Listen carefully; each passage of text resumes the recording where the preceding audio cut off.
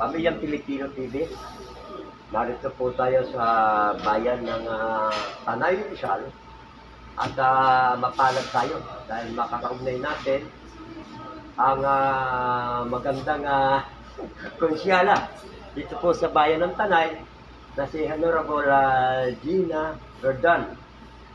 Magandang umaga po, ma'am. Good morning, sir. Mabuhay po kayo.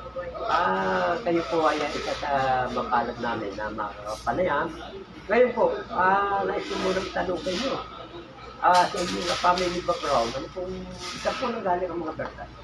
Okay, una sa lahat, ako po si Gina Piscasio Verdan.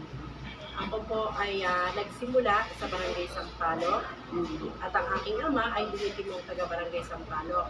At ang aking ina ay isang Bisaya na napangasawa ng aking ama, panahon ng siya ay military. Isang retirong sundalo ang aking ama at ang aking ina ay isang Cebuana. Ngayon, kaya naman ako naging Verdan ng asawa ko ay si Ginoong Edison Verdan, na lehitimong taga-bayan ng Tanay. Anak ni Ginoong Alberto Verdan at Delia Verdan na taga rito po sa Ilaya.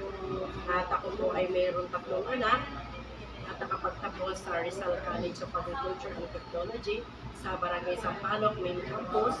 At ako po ay naglingkuran bilang isang barangay kagawad taong 2002. Start ng 2002. Oho. Dire-diretso po na laban at tayo naman po ay pinapalad at lagi po tayo na nakakakuha ng number 1 po sa labanan bilang kagawad ng Barangay Sampaloc. At nang lumaon ay lumaban na po ako bilang independent na konsihala dito po sa bayan ng Tanay. Last election, May 12, nakakuha naman po ako ng ikalawa bilang independent. Ako po yung number 2 na konsihal ng bayan ng Tanay. Yan, kasama pamilyang Pilipino TV. Isang kahanga-hanga ang katulad ni ma'am na nagtapos sa pagiging kagawad, 3 term, and then ngayon po ay nasa bilang na po siya, konsyan ng bayan ng Tanay. Ngayon po, ma'am, ilan taon na ba kayo? Ako po ay 55 years old. 55 years old. Yan po. At ma'am, ang inyo pong posisyon bilang isang konsyan dito, ano pong hinahawakan yung chairmanship? Ako po ay napagkalooban ng committee ng kooperatiba para po sa ating mga kababayan na may mga samahan po ng co-op dito po sa bayan ng Tanay. Kooperatiba po. Pwede ko kaya ipaliwanag natin kung ano yung co-op, yung ba ay isang programa ng inyong pamahalaan? Meron din naman po mga private sector, meron din naman po pang-government, kasi meron po mga samahan katulad po ng cooperative transport group, meron din naman tayong Tanay Vendors Cooperative, ayan po yung mga kooperatiba natin, at meron din tayong Tanay Cooperative. So iba't ibang samahan po ito, merong private sector at meron po pang-government NGOs. Yun po. So ma'am, ganito inyong pong kalagayan sa bilang ng public sector. Paano po natin maisasagawa yung pagtulong sa mga sektor ng NGOs na kasali sa cooperative? Ito po ay magagawa natin itong tulong na ito bilang chairman ng kooperatiba ay makipag-meeting or makipag-usap sa iba't ibang samahan upang magkaroon ng tamang aspeto ng paggalaw bilang chairman ng municipal ng kooperatiba. Ako po ay makikipag-meeting sa iba't ibang samahan upang malaman ang kanilang mga programa at saka po natin ito ilatag din sa pamahalang bayan sa Sangguniang Bayan upang kung sakaling may kahilingan ng bawat kooperatiba, ito'y mailatag po sa session at mapag-usapan ng body upang sa ganun, manatagan din po namin ng pangulang tulong o programa ang nasabi pong kooperatiba sa panahon po ng kanilang pangangailangan sa ating pong government office.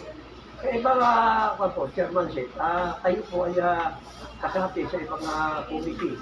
Ano pa yung mga sinalihan yung mga leadership committee?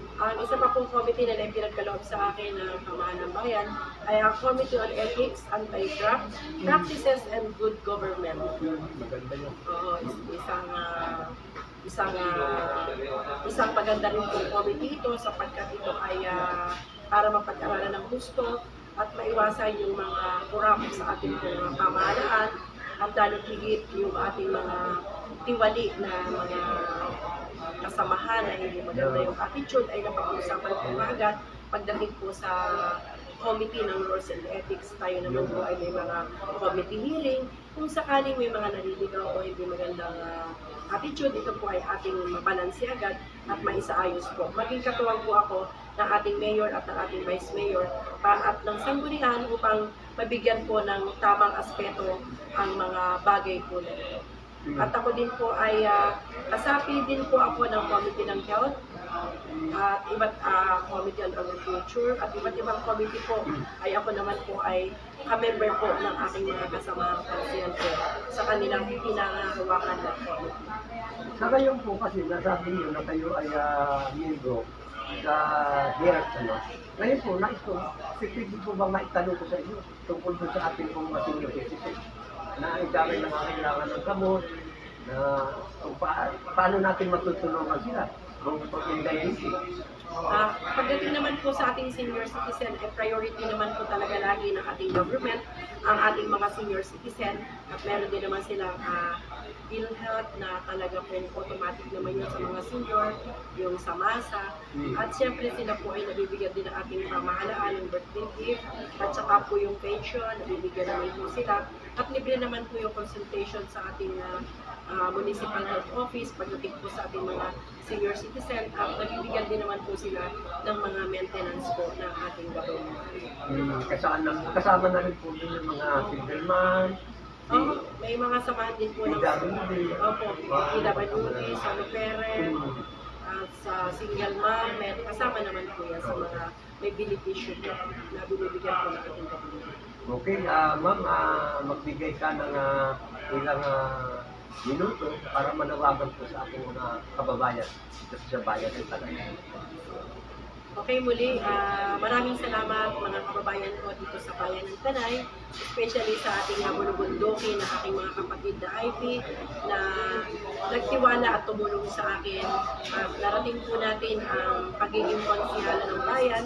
Makakasa po kayo mga minamahal kong mga kababayan, lalo na sa baybaying ilog ng ating Aplan, na andito lang po ako ang sangguniang bayan at ang ating mayor para po makatulong po sa inyo. At anuman po ang ilabi ninyo sa aking tanggapan, makakaasa po kayo na ito ay sisilukin at tutulong po ako sa abot ng aking makakaya. Lalo na po yung mga barangay na ako po ay nabigyan ng barangay na 2 na kung saan ang aking pong pangahawakan na ako yung pinaka-konsyal na in charge sa barangay Tabing Ilog at barangay Mamuyaw. Makakaasa po kayo at ang iba pa pong mga barangay sa bayan ng Tanay, hindi man po ako ang naka-assign na council sa inyong barangay, makakaasa po kayo, lalo na po ang minamahal ng barangay Sampaloc. Makakaasa po kayo, bawat barangay sa nasasakupan ng bayan ng Tanay, 20 barangay, sa mga kapitan, makakaasa po kayo na kayo po ay bibisitahin ko at upang mapag-usapan po natin kung ano po ang inyong nais itulog sa amin, makakaasa po kayo nandito lang si Pansyana Gina Verdan para magserbisyo ng tapat, may takot sa Diyos at patuloy na magmamahal sa taong bayan. Maraming salamat at magandang araw po sa inyo. Maraming salamat po, ma'am. At kayo po ay nakapanayam dito po sa Pamilyang Pilipino TV at Siyasat Balita. Mabuhay po kayo.